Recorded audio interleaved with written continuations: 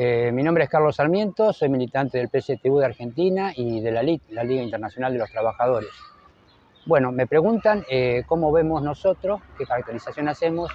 de este acuerdo de paz que se ha firmado como iniciativa del presidente de Estados Unidos, Trump. Lo primero que hay que decir es que en realidad este acuerdo no tiene en el tiempo, no se sabe qué duración puede tener el tiempo, porque lo que plantea en sí, hay varias cuestiones que quedan muy poco claras. Lo que sí se sabe entonces es que hay un alto del fuego, va a haber intercambio de prisioneros, ya se están haciendo, pero el tema, que eso sería la primera fase, el tema es qué va a pasar porque se le exige a los palestinos y a Hamás en particular que entreguen todas las armas, mientras que la fuerza de guerra del Estado de Israel, el Estado genocida, se mantienen en pie. Es más, en esta primera fase lo que se está diciendo es que Israel se quedaría ocupando una parte del territorio de Gaza, que son los territorios limítrofes con Israel, o sea, es decir, toda una franja alrededor del territorio de la franja de Gaza, que quedaría entonces ocupada por el ejército sionista. Aparte, la propuesta está en que eso sea una especie de protectorado donde la fuerza de seguridad estaría en manos de una especie de fuerza multinacional y a su vez todo esto bajo el control y la supervisión de Donald Trump y Tony Blair. Eso es lo que hay ahora. ¿Cuánto puede durar esto? No se puede predecir esa cuestión porque seguramente, como pasó a principios de enero cuando hubo un alto el fuego, el primero que lo rompió fue Israel. Pero eso aparte tiene que ver con el trasfondo, qué es lo que hay detrás realmente del conflicto o el ataque que hace el Estado sionista de Israel sobre la franja de Gaza. Y que mientras vemos la forma violenta y atroz, las imágenes que nos llegan, porque es un genocidio que está siendo filmado las 24 horas y en forma permanente, queda con muy bajo perfil y tiene muy poco espacio en los medios el problema de los ataques que están recibiendo los palestinos que están ocupando la región de Cisjordania, donde con menor intensidad el ejército israelí sigue desalojando a colonos palestinos para apoderarse de sus tierras, de sus propiedades e instalar en ella colonos israelíes. Esto que pasó en estos días, hay que ponerle un marco más general, porque también muchos lo preguntan. La región en conflicto que existe hoy es una región que ha estado en conflicto durante un montón de miles de años, podemos decir, porque es una región justamente que está a mitad de paso de lo que son los mercados europeos, los mercados asiáticos, y en ese territorio siempre hubo conflictos. Ahora bien, eso que es más genérico y más histórico a nivel general, se puede decir que se llegó a principios del siglo XX, donde lo que se conocía como territorio palestino, en eso estaba ocupado por cristianos, musulmanes, judíos, que eran, hay que señalarlo, una minoría, menos del 10% de la población, y convivían totalmente en paz sin mayores conflictos. El problema es que entonces, a fines del siglo XIX, a principios del siglo XX, empieza a desarrollarse una corriente que se llama y que se conoce como sionismo, creada por Theodor Herzl, que lo que propone es crear un Estado donde enviar a los judíos que en ese momento en el conjunto de Europa estaban siendo perseguidos por el antisemitismo. Esa ideología, el sionismo y la creación de un Estado israelí, es lo que aprovecha en su momento el imperialismo inglés para ver la posibilidad de instalar una fuerza pro-imperialista en lo que se suponía que podía ser la caída del Imperio Otomano, que era lo que estaba dominando el territorio palestino. Esa situación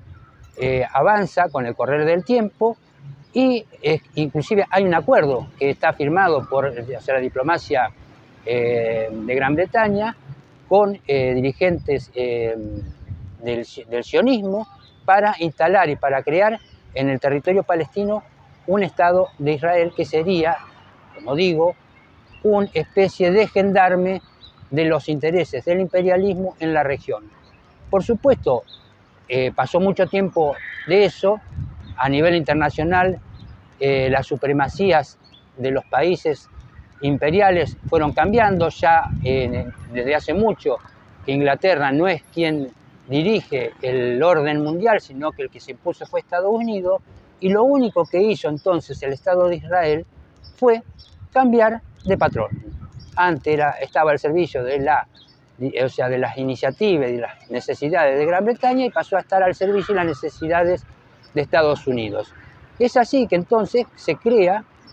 después de la Segunda Guerra Mundial y como producto del Holocausto, aprovechando esa sensibilidad que había a nivel mundial por la persecución que habían recibido los judíos, se crea el Estado de Israel. Ahora, en ese Estado de Israel creado, que ocupaba la mitad del territorio palestino, la colonización se hizo por judíos que venían de Europa y que ocupaban territorios que estaban ocupados por los palestinos. Eso no se hizo de manera pacífica. No es que vinieron y de buena manera se sentaron en una mesa, negociaron y llegaron a un acuerdo para que los palestinos se retiraran. Eso se hizo a fuerza de fusil. Lo hizo el Estado de Israel a fuerza de fusil. De esa manera se fue desalojando a los palestinos. Pero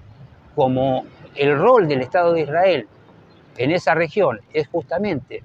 velar por los intereses, ser el gendarme del imperialismo yanqui a partir de ese momento en la región, lo que hicieron no fue quedarse enchalecados en ese territorio que le había otorgado el acuerdo por el que se creó en 1948 el Estado de Israel.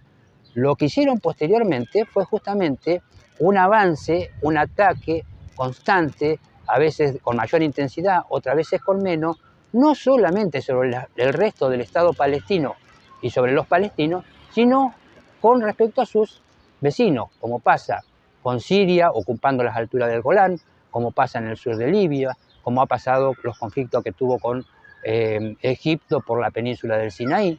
Pero en todo ese tiempo lo que se fue legalizando o se fue normalizando fue este accionar del ejército de Israel, el ejército sionista, que todos los días, cotidianamente, fue desalojando a sangre y fuego a la población palestina del territorio que estaban ocupando. Por eso hay miles de muertos, hay miles de exiliados palestinos en todo el mundo que provienen de esa expulsión que sufrieron de los territorios que estaban ocupando. Y entonces, a esta altura de la situación, cabe preguntarse por qué los palestinos no entregaron en paz los territorios, sus casas, sus pequeñas propiedades, sus campos. Lo hicieron porque estaban obligados por la fuerza del Estado de Israel, que era subvencionada y financiada por una organización sionista a nivel internacional y por los Estados Unidos. Todo el que resiste a las políticas del imperialismo estadounidense en la región son catalogados desde hace varias décadas e ingresan en un grupo que ellos definen como terroristas. Es decir, que se le da el derecho en nombre de la supuesta libertad y en supuesta defensa de la democracia a Estados Unidos y al Estado de Israel a expropiar a los colonos palestinos, o sea, con la fuerza de las armas, y si alguien resiste es denominado terrorista. Y así hay un montón de organizaciones, incluso países que son catalogados como,